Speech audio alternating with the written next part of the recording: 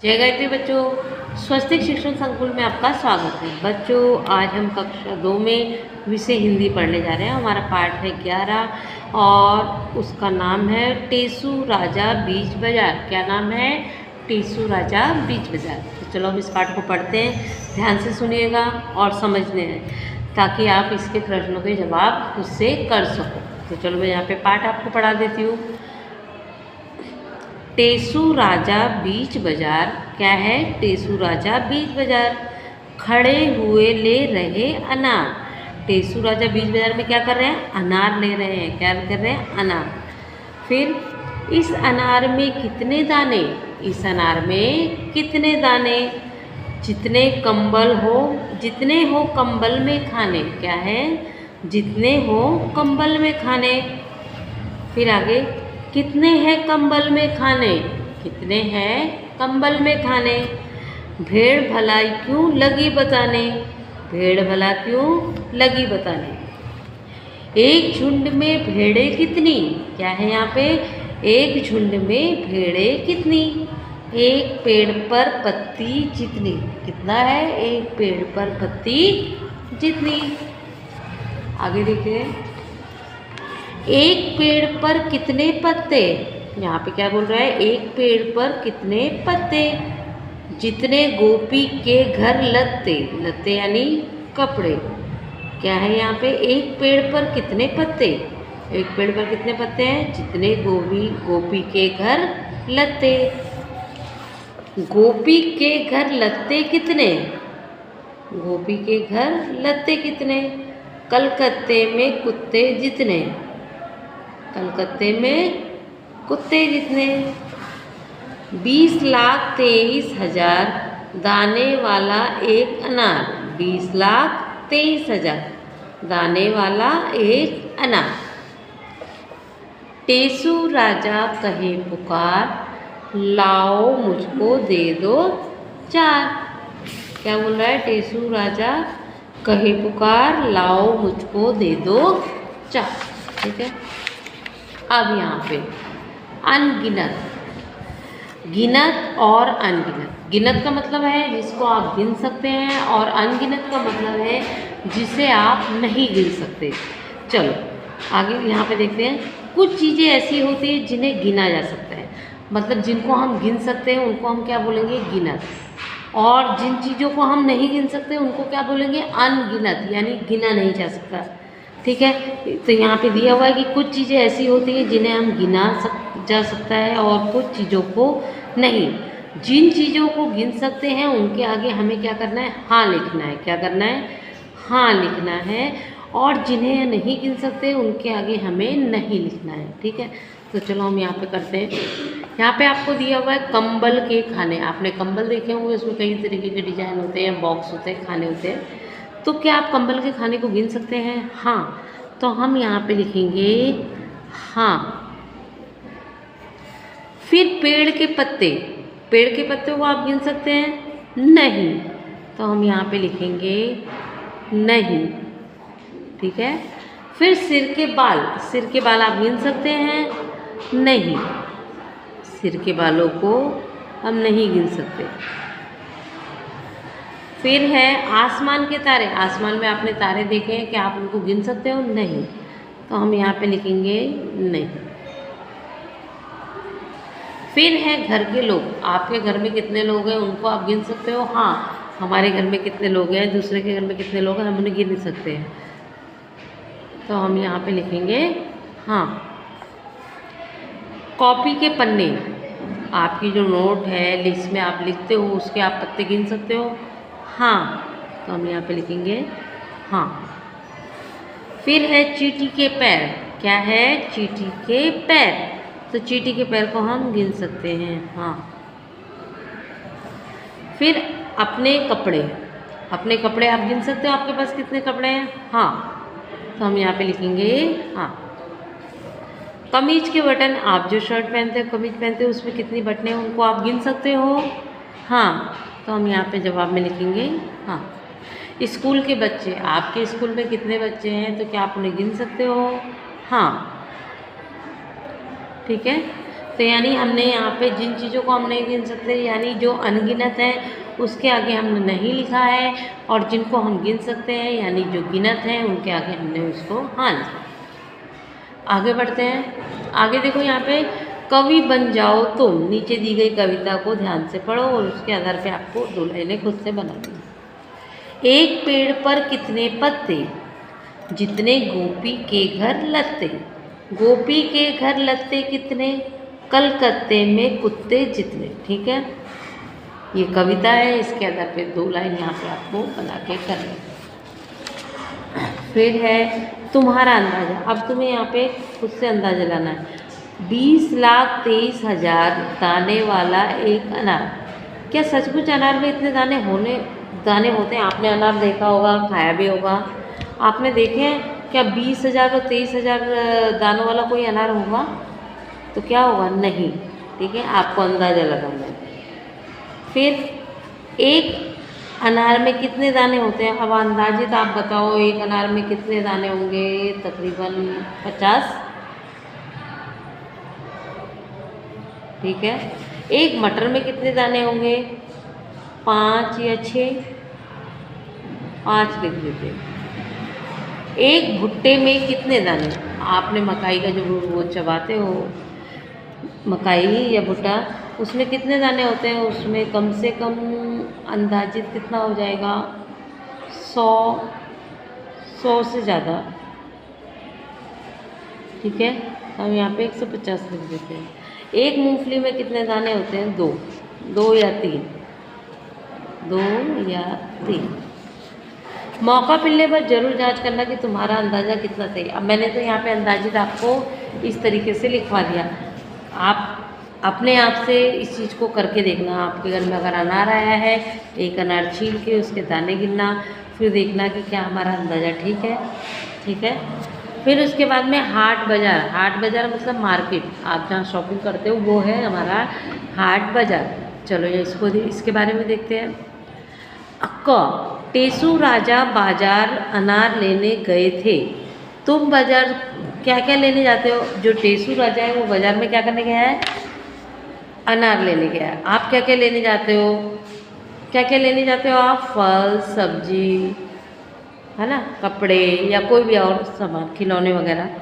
बाजार कैसे जाते हो? कैसे जाते हो आप? पैदल या गाड़ी से?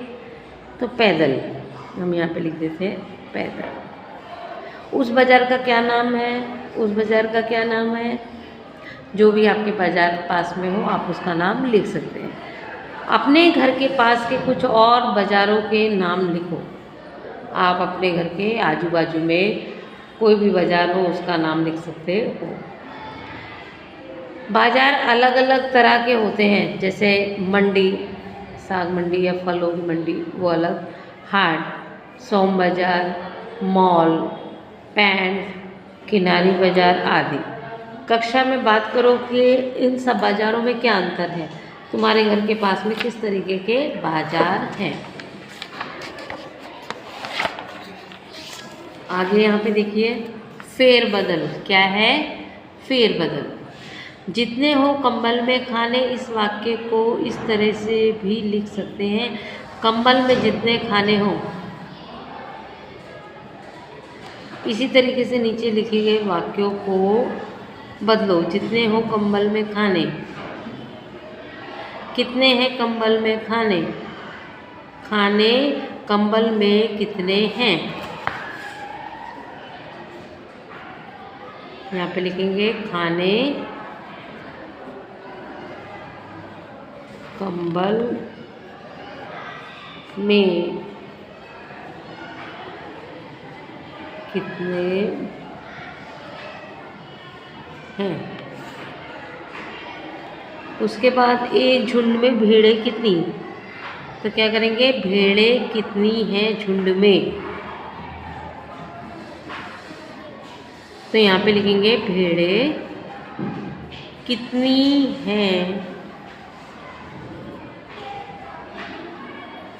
कितनी हैं झुंड में, झुंड में। फिर टेसू राजा कहे पुकार, लाओ मुझको दे दो चार। टेसू राजा कहे पुकार, लाओ मुझको दे दो चार।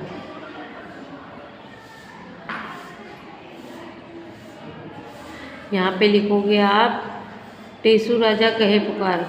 पुकार कर रहे हैं टेसू राजा,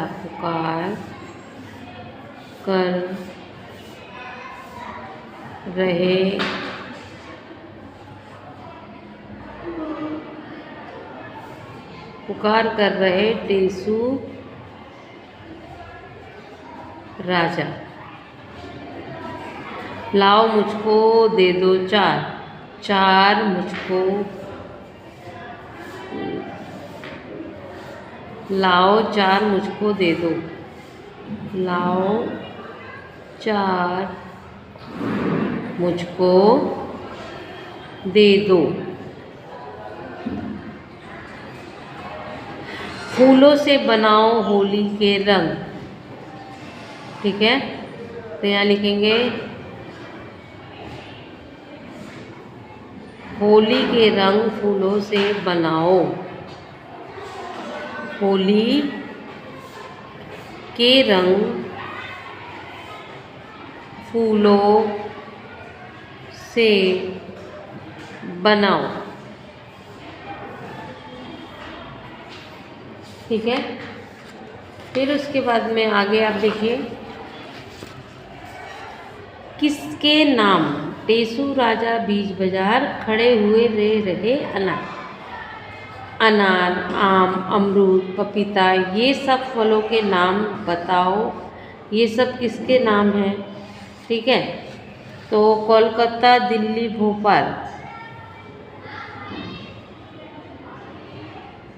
तो जैसे यहाँ पे देखो आपको दिया हुआ है कि अनार, आम, अमरूद, पपीता, ये सब किसके नाम है? फलों के नाम। अब आपको बताना है कोलकाता, दिल्ली, भोपाल, ये सब किसके नाम है? राज्यों के नाम। क्या लिखेंगे यहाँ पे हम? राज्यों के नाम। फिर है भेड़, बकरी, हाथी, ये किसके नाम है?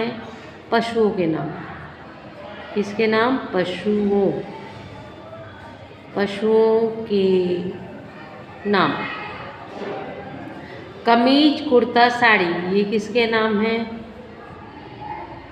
वस्त्रों के नाम। किसके हैं? वस्त्रों के नाम। फिर है मोर, कबूतर, उल्लू, ये किसके नाम है बच्चों? पक्षियों के। किसके नाम है? पक्षियों के नाम।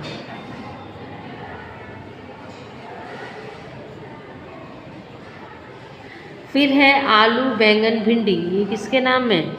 सब्जियों के। किसके नाम है? सब्जियों के नाम।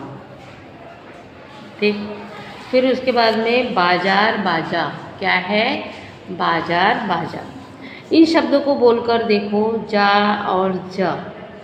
बच्चों देखो यहाँ पे जा के नीचे बिंदी लगी है तो हम कैसे बोलेंगे? जा। और यहाँ पे जा के नीचे बिंदी नहीं है तो हम इसको बोलेंगे जा। बोल के देखो, जा और जा बोलने में अलग अलग लगते हैं ना।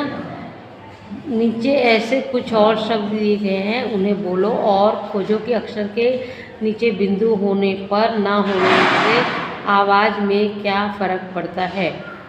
जैसे जाड़ा, ज़मीन, गाजर, जिस्म, और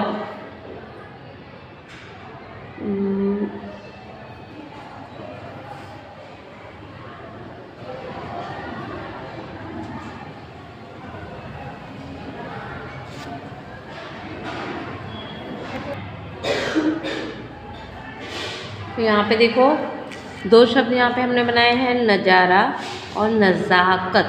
नज़ारा, जा में देख रहे हो बिंदी की आवाज़ है, नज़ाकत। फिर है कनक और दूसरा है कंगन, अंग। ये जो बिंदी की आवाज़ आ रही है इससे आपको बोलने में मालूम पड़ रहा है फ़र्क। ठीक है, फिर उसके बाद में यहाँ पे देखते हैं क्या लिखा हुआ है? टेसू। क्या है? टेसू। टेसुरा टेसुरा घंटार बजाइयो, 9 नगरी 10 गांव बसइयो। ठीक है। बस गए तीतर बस गए मोर, बूढ़ी डुकरिया ले गए चोर। बूढ़ी डुकरिया कौन ले गया? चोर। चोरन के घर खेती भई, चोरन के घर खेती भई, खाए डुकरिया मोटी भई। खाए डुकरिया मोटी भई, डुकरिया मतलब बुढ़िया, खाकर डुकरिया मोटी हुई भई। मोटी है के पीहर गई, मोटी है, मोटी होकर वहाँ कहाँ गई? पीहर। पीहर से मिले भाई भौजाई। पीहर से कौन मिला? भाई और भौजाई, यानी भाई भाभी। सबके मिलके दई बधाई, सबने मिलके का दई? बधाई। सबने मिलकर बधाई दी। एक बार फिर से समझा दें आपको। टेसुरा टेसुरा घंटार बजाइयो, 9 नगरी 10 गांव बसइयो। 9 नगरी और 10 गांव को बसाइयो। एक तीतर बस एक मोर, बूढ़ी डुकरिया ले गए चोर। बूढ़ी जो बुढ़िया है उसे चोर ले गए। चोरन के घर खेती भई, चोरन के घर क्या हुई? खेती। खाए डुकरिया मोटी भई, मोटी है के पीहर गई। पीहर में भले, पीहर में मिले भाई भौजाई। सबके मिलके, सबने मिलके दई बधाई। ठीक है। यहाँ पे देखो, टेसू एक प्रसिद्ध उत्सव और खेल है। यह दशहरे के दिनों में मनाया जाता है। इस त्यौहार में लड़कों की टोली टेसू लेकर घर घर जाती है और गाती है। टेसू आए घर के द्वार, खोलो रानी चंदन के वार। बांस की 3 खपच्चियों को बीच में बांधकर डमरू जैसे आकार में टेसू बनाया जाता है। इस आकृति के एक छोर की खपच्चियों पर टेसू का सिर तथा हाथ मिट्टी से बनाए जाते हैं, जबकि दूसरे छोर पर 3 पैर बनाए जाते हैं। मिट्टी सूख जाने पर रंग में कान, नाक, आँख, मुंह तथा हाथ पैर की उंगलियां बनाई जाती हैं। हाथों पर खपच्चियों के जोड़ पर दिया जलाया जाता है। टेसू बाजार में बना हुआ भी मिलता है। लोगों को टेसू के प्रति व्यवहार अलग अलग होता है। कुछ लोग अच्छी तरह स्वागत करते हैं तो कुछ लोग दरवाज़ा ही नहीं खोलते। टेसू की फौज यानी लड़कों की टोली डटी रहती है। टोली के सदस्य बारी बारी से गीत गाते हैं। फिर भी अगर कोई दरवाज़ा ना खोले तो खोले तो अगले दिन आने का वादा करके आगे बढ़ जाते हैं। टेसू की फौज अधिक कुछ नहीं मांगती, बस थोड़ा सा अनाज, पैसे या दीपक में जलाने के लिए तेल। यह त्यौहार 5 दिन तक चलता है। शिक्षक टेसू के बारे में बच्चों के साथ होता है। तो बच्चों देखा आपने, ये टेसू मतलब एक तरीके का त्यौहार है जो दशहरा आप जब नवरात्रि मनाते हो उस समय पे मनाया जाता है। ठीक है।